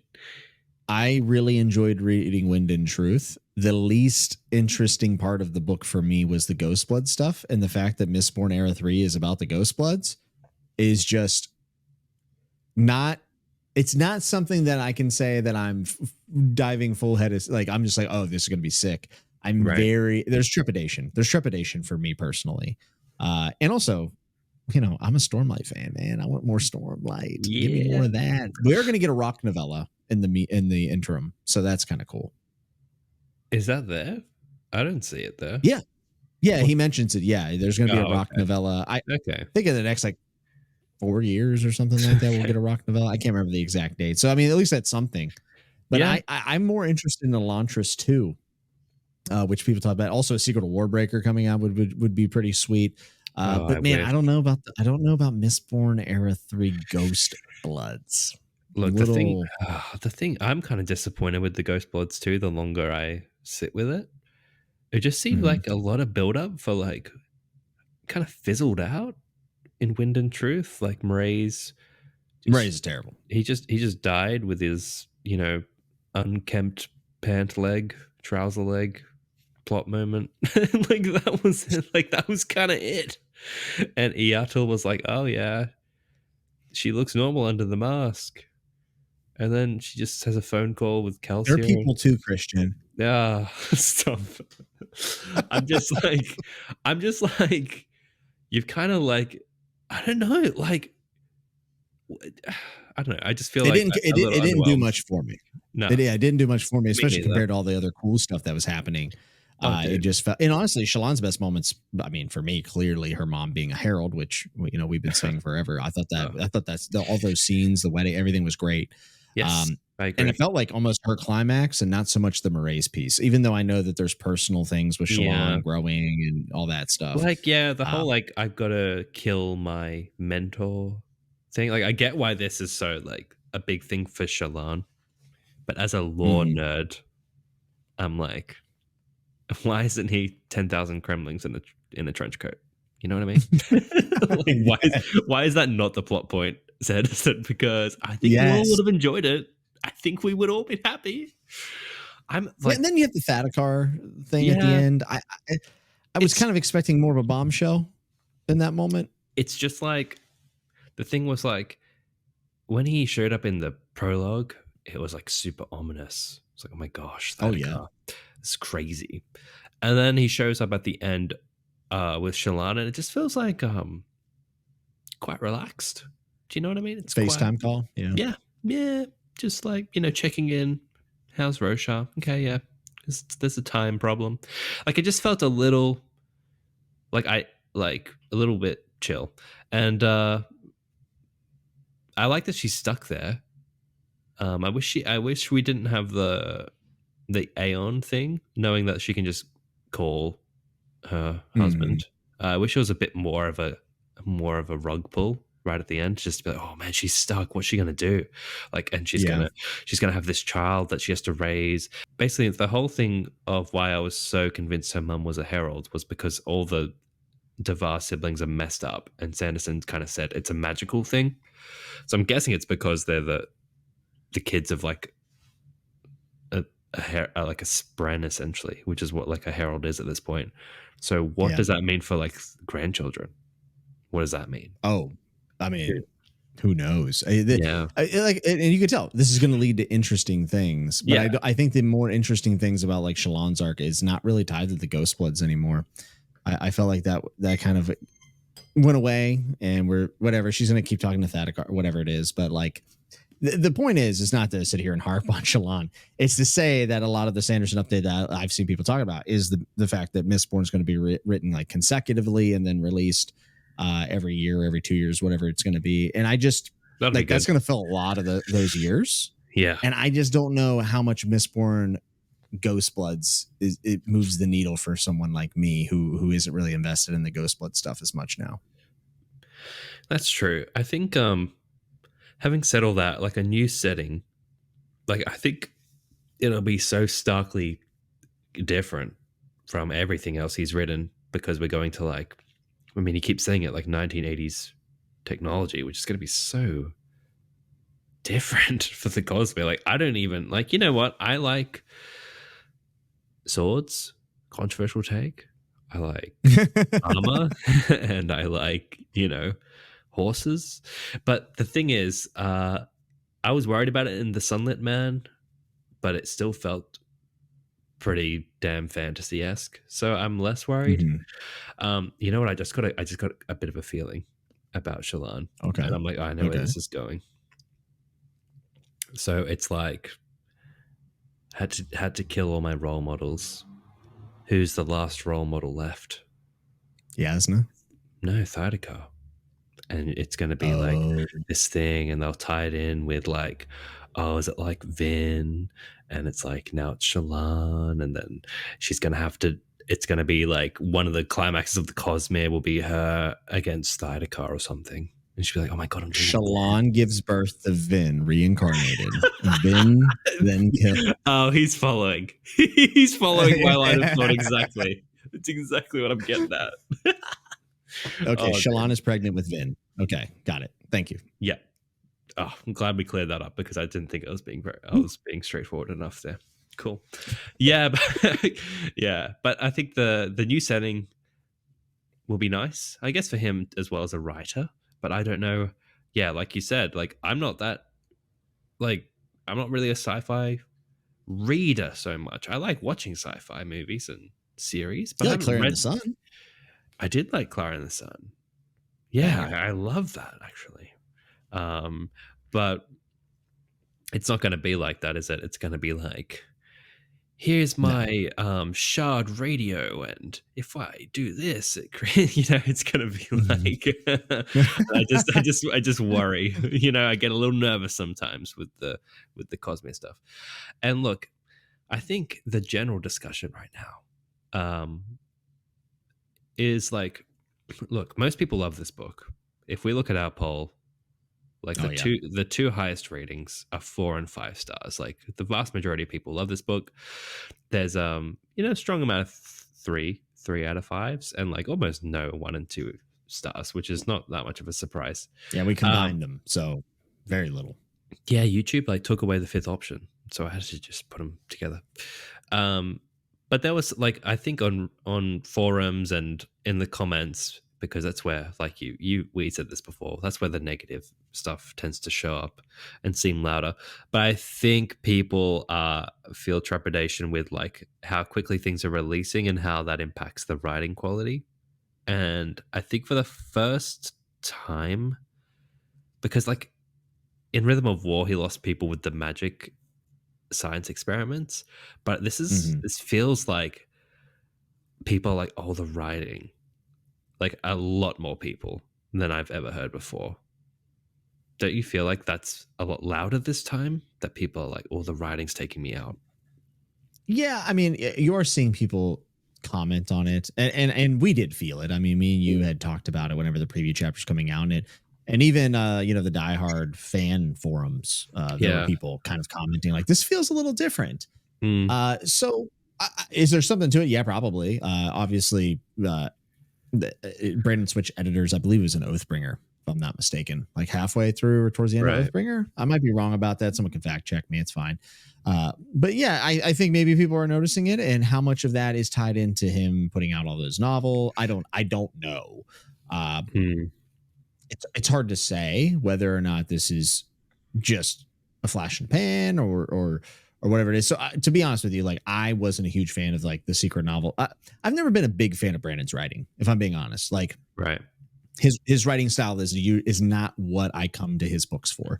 I come to his books for amazing plotting, really cool world building that actually matters to the characters and matters in the world as much as he can without making it too bogged down, which I think he does a really nice job of. And then tying in that world building with the plot to like the characters and their arcs and stuff. Like he's a really good architect. Yeah. And I find his stories really enjoyable and entertaining, and that's what I come to him for. I'm not coming to him for the same reason that I read like Hilary Mantel or Kazuo Ishiguro. It's not the same thing. So for me, I guess yes, we did notice it, but it was not that shocking to me, I Yeah. guess. And but you're right. We are seeing it more in the discourse around the book, especially people who are being a little bit more critical. And I think it's not just because Sanderson's always been slammed for his writing online. Like it's like the most Yeah. annoying thing in the world is because like you can't bring him up without someone saying he's a terrible writer or someone saying, oh, he's actually not. It's just like this Yeah. forever battle we're going to go through in fandoms. It is what it is. But it's a little different this time. I feel people mentioning different things. Maybe that's the way I put it about the writing.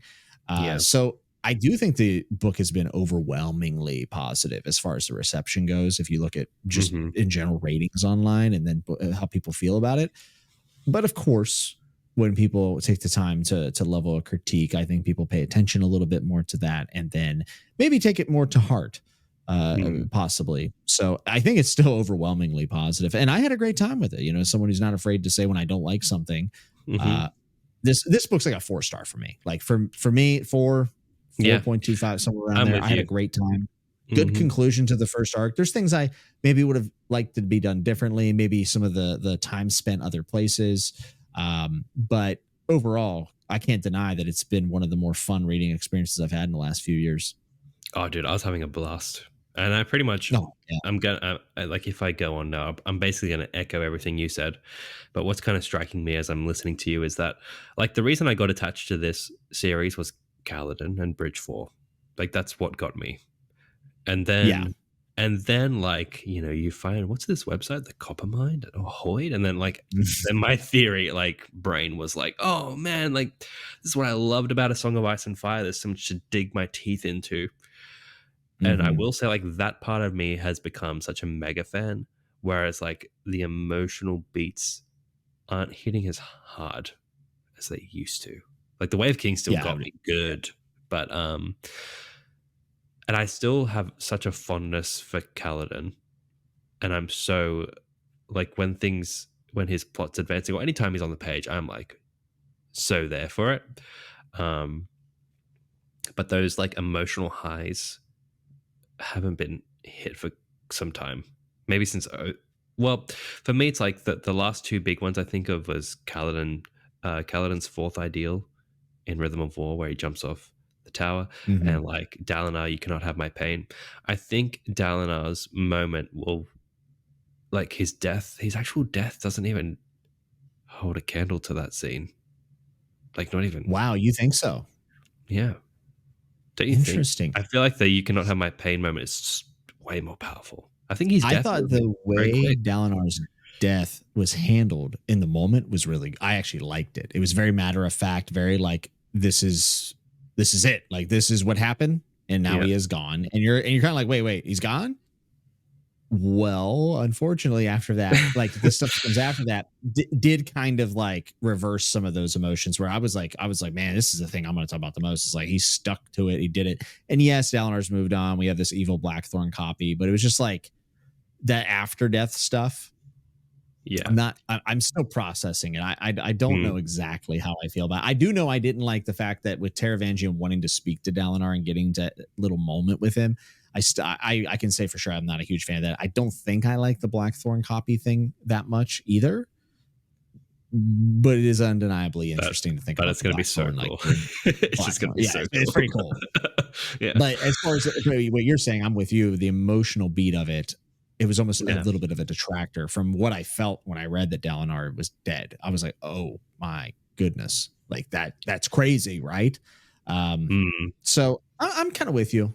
I'm with you on that. Look, the emotional highs have never been super high in this series for me personally. Okay, yeah. I don't know, like I remember tearing up in Dalinar's scene and like wanting to stand up and be like, oh man, this is like, oh, this is amazing. And like I like the matter of factness of his death too. Like a death like that being just matter of fact is kind of chilling, you know? And I like that. Yeah. But I wasn't like, I just don't know if I wasn't feeling the weight of it. And sometimes you think like, is that, I was reading it quickly? Was it just quick? Like there's so many things to consider, how you get how you reach the feelings that you do. So I'm not ready to like blame or say, oh, Sanderson didn't do it well enough. You know, you don't know. Right, yeah. But like, I just the closest I got to like real emotion, like tearing up, was just like the most simple thing. Like I said in the earlier part of this long episode, was just like Kaladin being able to like find himself in the moment with Syl, and like just dancing there. For me, that was I really love the dance scene. Yeah, because I think that's just where I'm at, where it's like I get that, like just trying to be in the moment can be such and it's like if you're not there, you don't. It seems like nothing, but it can be really hard. And just the release of that, and just the way it was written, I was just like, he tapped into it there. It wasn't like because Kaladin could, you know, because sometimes there's scenes where it's like really laid out why this is happening, and it didn't really happen there. He wasn't like, oh yeah, because Kaladin could put away his thoughts and focus on the things around him, he found himself feeling better. He didn't throw all that in. It was just like natural. And I liked it. I'm with you. A lot of the emotion stuff is very like told like exactly. Well, because Callan is a depressed boy, and then he did his emo band phase and combed his hair into his forehead. You know, yes, yeah, that kind of pushes back on me as a reader getting emotional. I would agree with that. I did think that the Kaladin and Syl scene was emotional, though. I like that scene. I think it's one of the better scenes in the book, actually. Yeah, I agree. Yeah, I felt that one. And I felt Rlain and Renarin, but I don't want to repeat myself too much because I'm realizing this is one long mega episode. It's huge, yeah. But dude, like, you know, it's like, I say all that, and then you see, like, Kaladin as a freaking Herald banner on the last chapter, and you're just like, it's a 10 out of 10 book. It's just the best book of all time. Like, I can flip that quick. I'm just like, it's amazing. That's so good. Yeah, because that's what you came for. That's what you came for, right? Yeah. And I think the book did deliver. Like I said, of course, you read a 1,300 page book, you're gonna have things that you might want to. Maybe you don't, but for me, you know, I'm always going to find stuff that I want to change or maybe have done differently. But I don't know. I just thought it was a really satisfying experience. And I feel like the people who I know that were excited for the release, most of them have had the satisfying experience that I had. Like it was a lot of people who were like, no, I got to read the next Stormlight book. Like, yeah, of course, those people didn't really have such a great time with it. You know, it's not that surprising, I guess. But you know, as someone who was pumped for the release and we read the preview chapters, I feel satiated by the book. Yeah. The thing, it's so mixed for me, and that's probably why I'm sitting. Look, and I never really do star reviews. I don't even know what I'm doing by saying this, but like, when you said 4, I'm like, that feels kind of right, because like the highs were like the lore and like the death rattles all coming true and all the chapter headings crumbling and learning about the true history with Tanavast and like all that stuff is so good. It's pretty epic. Yeah.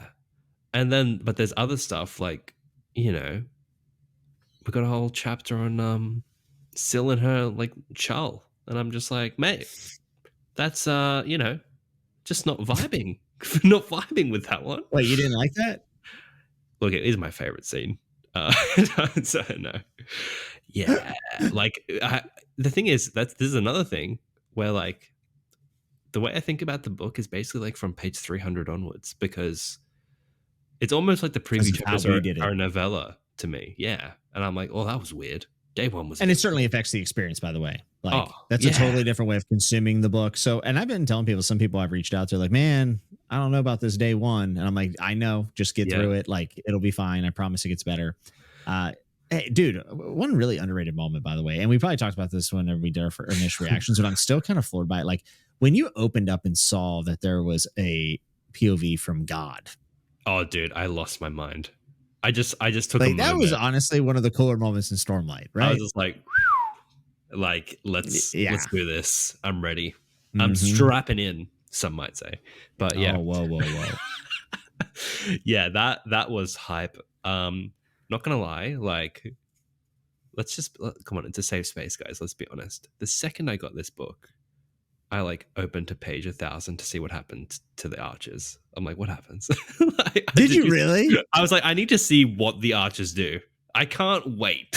Okay, I can't wait to see this crumble over the next week. I need to know what it looks like.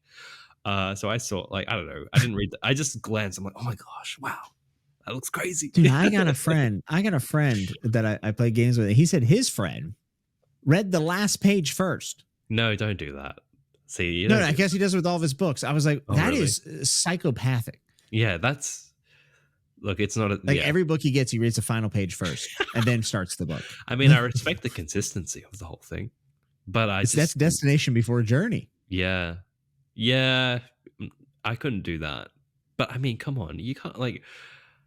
I remember doing that with Sunlit Man. When Sunlit Man, I got my ebook, I just went straight to the search and I typed in Kaladin. Which I know that's bad, but dude, I just like, there's some things, and that's like, I treat these books so differently to how I read literally everything else in my life. It's like I feel like I'm just touring a massive, interesting world, and I feel like people, like, it's gonna kind of get that kind of shared universe thing where people are going to pick and choose what they want to engage with. In the series. And now I'm left thinking, like, what's there to do with this book? Because we got a lot of time, man. We got a lot of time to talk. I mean, one of the big things is going to be looking at the unanswered questions, like making a list of things that we do not necessarily have answers for. I mean, one of the things that you and I talked about was the fact that we felt that the music played such a big, important role in this book, but we think there's more going on with this music. Yes. Yeah, totally agree.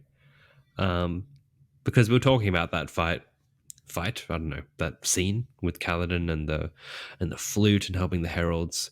And we're like, yeah, it's the wind, but like, what's happening?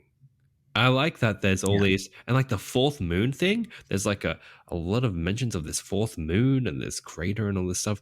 So I'm like, ooh, like that's going to be fun. I think we're going to the moon. I'm gonna be honest, and I know I used to meme about it, but there was a section of this book where they basically were talking about like technological advances coming to Roshar. Oh yeah, and the time bubble may not let that happen.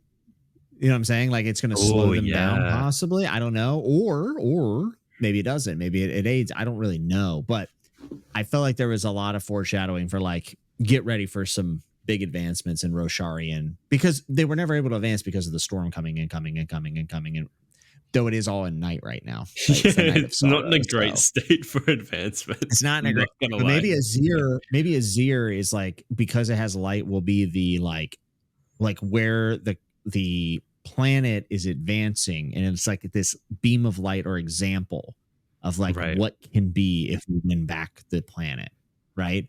So Azir might be building spaceships. I think Azir will be building spaceships, just to correct the record there. Good. Thank you. Yeah, look, I like that Roshar basically has a new, I don't want to say gimmick, but yeah, like gimmick to it. Because that's where he shines, I think, as a world builder, where there's like constraints and he has to get creative or whatever. So it'll be cool to see like such a different planet by the time we're back there. And I'm sure we're going to get glimpses of it in Ghostbloods and other books, Elantris too. I don't know. I'm sure we'll get like little nods. I'm so bummed that like the Nightblood book is not mentioned on that list. But it is what it is. Like the Warbreaker sequel is going to be called Nightblood. And Nightblood got so much development in this book that I was like not anticipating whatsoever. I'm bummed to see that not being on like a priority. But also White Sand disappeared. White Sand is gone. Remember how he's going to novelize that? Didn't see any mention of it. Yeah. I don't know if I remember that now. Because that was meant to be the next book.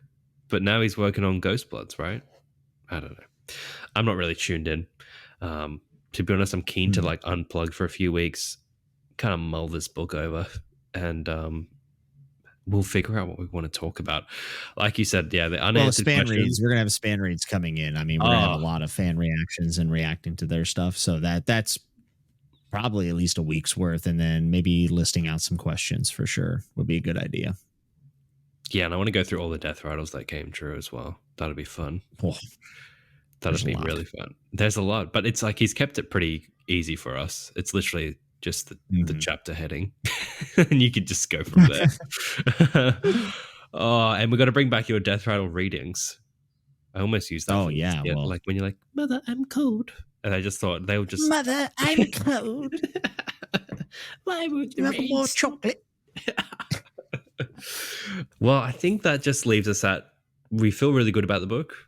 Look, we know about the writing, but I guess it's not as much of a surprise for us. I think we've come to terms with that, and we're like, oh yeah, there's a bit more precarious stuff, but we're here for Roshar at large. Yeah, we're here for Stormlight and the plot and like what happens to this planet afterwards. And I mean, I'm excited to see it.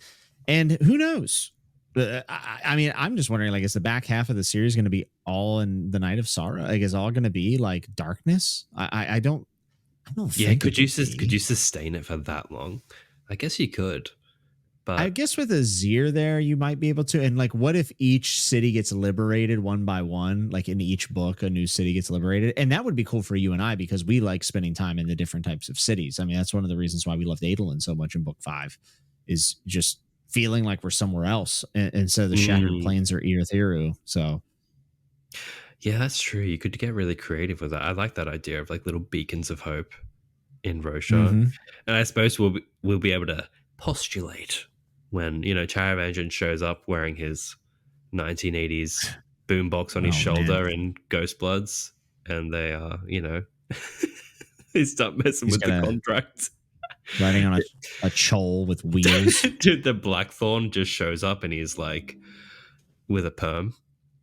And he's just like,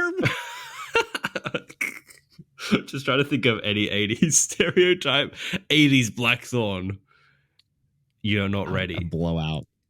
I would love it. Yeah, Dalinar on the under a disco ball, just evaporating people. Oh yeah, that's where we're headed, guys. You know, that's what he set up at the end of Wind and Truth. Let's be honest, we're all thinking it. But look, disco ball. It's exactly what I thought. Yeah, no, 100%. But hey, mate, we've done it. Another year of the pod. I think that'll be it for this year.